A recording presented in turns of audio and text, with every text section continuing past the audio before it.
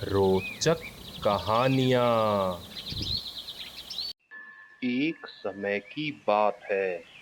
एक जंगल के पास छोटा सा गांव था।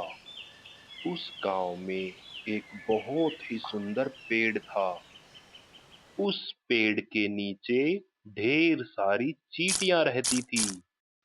चींटियां बहुत मेहनती थी और हमेशा मिलजुल कर काम करती थी।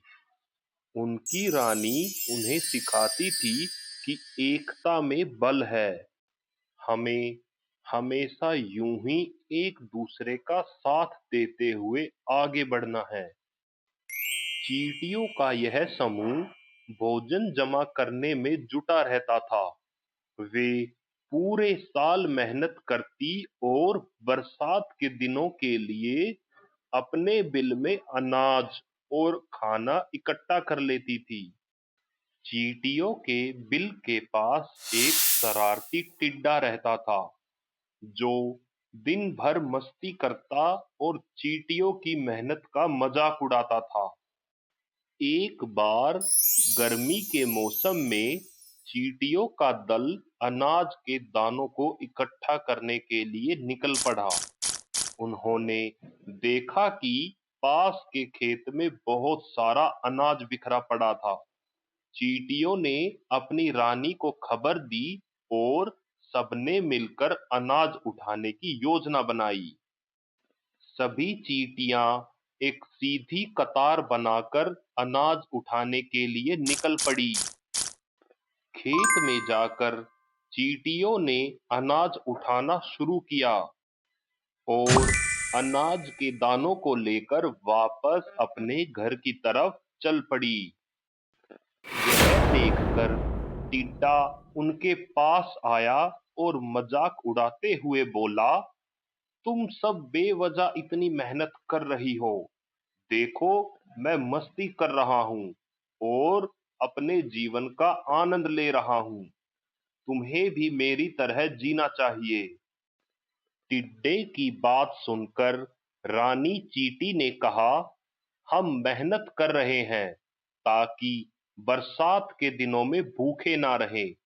तुम भी अपने लिए कुछ खाना जमा कर लो, नहीं तो मुसीबत में पड़ जाओगे।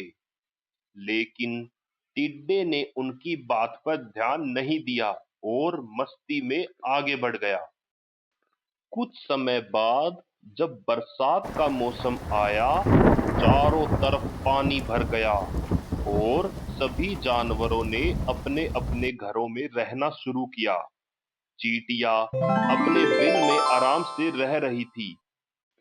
उनके पास काफी भोजन था। वे सभी मिलकर खाना खाती और मस्ती करती। वहीं दूसरी तरफ टिड्डा भूख से परेशान हो गया।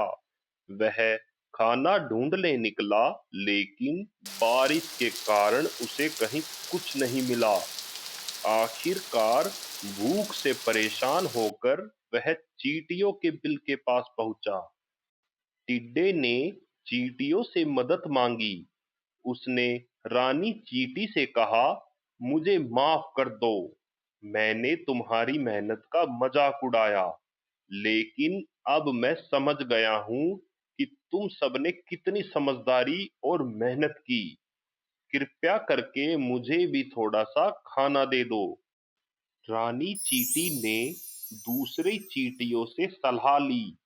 सबने कहा कि हमें टिड्डे की मदद करनी चाहिए। उन्होंने उसे भोजन दिया और कहा, हमारी एकता और मेहनत ने हमें सुरक्षित और आरामदायक बनाया है।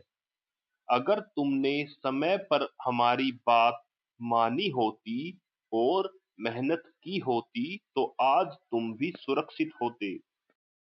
टिड्डे ने सभी चींटियों से वादा किया, अब से वह भी मेहनत करेगा और समय पर अपने लिए खाना जमा करेगा।